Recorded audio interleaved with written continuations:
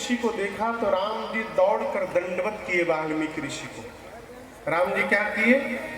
दंडवत। क्या किए? दंडवत। दंडवत बुझा था का? दंडवत महाराज, ऐसे ही ना? ऐसे नहीं। आजकल लोग खूब प्रणाम करत है, देख के हंसी आती है, न जाने का छू के प्रणाम कर दे।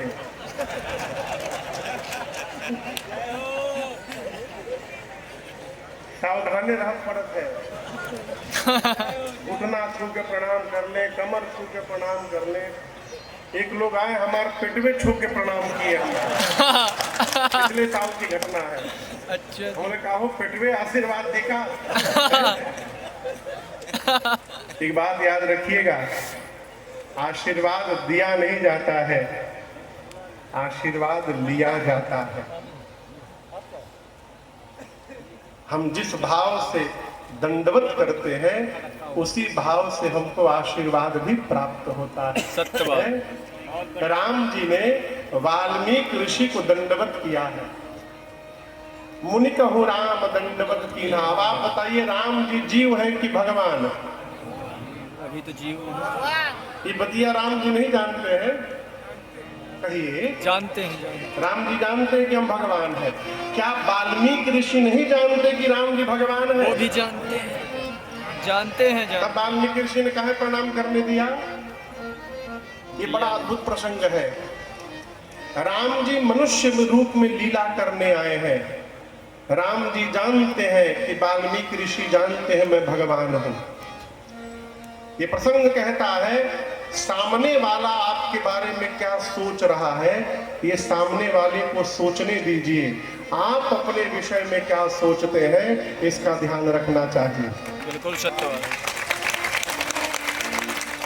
संसार वाले तो भगवान बनाइए देंगे। भगवान भगवान भगवान आ गया, उनको भगवान मानने दीजिए। आप लोग मान लीजिए कि आप भगवान हैं। हाँ। जिस दिन से आप अपने को भगवान मान लिए उसी दिन से पतन चालू प्रारंभ हो जाएगा। है? राम जी जानते हैं कि मैं लीला करने आया हूं तो मैं यहाँ एक राजपुत्र हूं, मैं एक सामान्य जीव हूं। इसलिए राम जी ने मुनि कहूं राम दंडवत की। परिणाम में वाल्मीकि ऋषि प्रसन्न होकर आशीर्वाद विप्रवर दी। श्री वाल्मीकि ऋषि ने रघुनाथ जी को आशीर्वाद दिया। आंख भर करके भगवान को देखा है। देखी रूप, देखी राम छवि नयन जुड़ाने। सम्मान करके आश्रम में लाए, कंद मूल फल भोजन कुछ दिया राम जी पाए। और उसके बाद सीता राम जी थोड़ी देर विश्राम करते हैं। थोड़ी देर विश्राम करने के बाद राम जी जगे और जाकर श्री वाल्मीकि ऋषि जी के पास बैठ गए। अब यहाँ दर्शन करिएगा, यहाँ पर राम जी और वाल्मीकि ऋषि हैं, लक्ष्मण जी और सीता जी नहीं है। जी आप वन में क्यों आए हैं? राम जी बोले मुनिवर आप तो त्रिकालदर्शी हैं, आप तो सब जानते हैं मैं वन में क्यों आया हूँ, क्या करने आया हूँ। वाल्मीकि ऋषि बोले मैं जानता तो हूँ राम जी, लेकिन मैं आपके मुख से सुनना चाहता हूँ आप वन में क्या करने आए हैं। राम जी का उत्तर दर्शन करिए। राम जी कहते हैं मुनिवर मेरे वन में आने का एक कारण नहीं है, कई कारण है। वाल्मीकि ऋषि बोले दो तीन हमको भी सुना दीजिए। राम जी बोले पहला कारण मैं अपने पिताजी के वचन को पूर्ण करने आया हूँ। तात वचन मातु हित, अपने मैया का हित करने के लिए आया हूँ।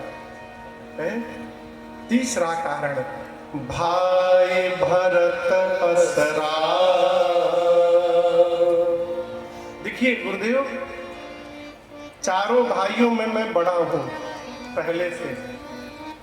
यदि मैं राजा बन जाता तो मैं और बड़ा हो जाता, फिर मेरे भाइयों से मेरी दूरी और बढ़ जाती। इसलिए मैं राजा नहीं बना, मैं अपने छोटे भैया भरत को राजा बनाने के लिए आया हूँ। जब मेरा छोटा भाई भरत राजा बनेगा तो और बड़े हो जाएंगे और हमारे भाई के बीच की दूरी और कम हो जाएगी, इसलिए मैं वन में आया हूँ। अयोध्या की प्रजा को भरत जैसा साधु राजा प्राप्त हो जाए, इसलिए वन में आया हूँ। आप देखिए ना, मेरी माँ कैकेयी ने सबका भला कर दिया। वाल्मीकि ऋषि बोले राम सबका भला तो हुआ, लेकिन आपका क्या हुआ? आप तो वन वन भटक रहे हैं, घूम रहे हैं नंगे पांव। राम जी बोले मुनिवर, मेरी माँ ने मेरा जितना भला किया है उतना भला तो किसी का नहीं हुआ। वाल्मीकि ऋषि बोले आपका क्या भला हुआ? राम जी बोले यदि मैं वन में न आता तो आप जैसे महापुरुष के चरण का दर्शन कैसे प्राप्त करता मैं, ये मेरा सौभाग्य है। मोह कहूँ दरस तुम्हारा प्रभु, सब सब मम पुण्य प्रभाव।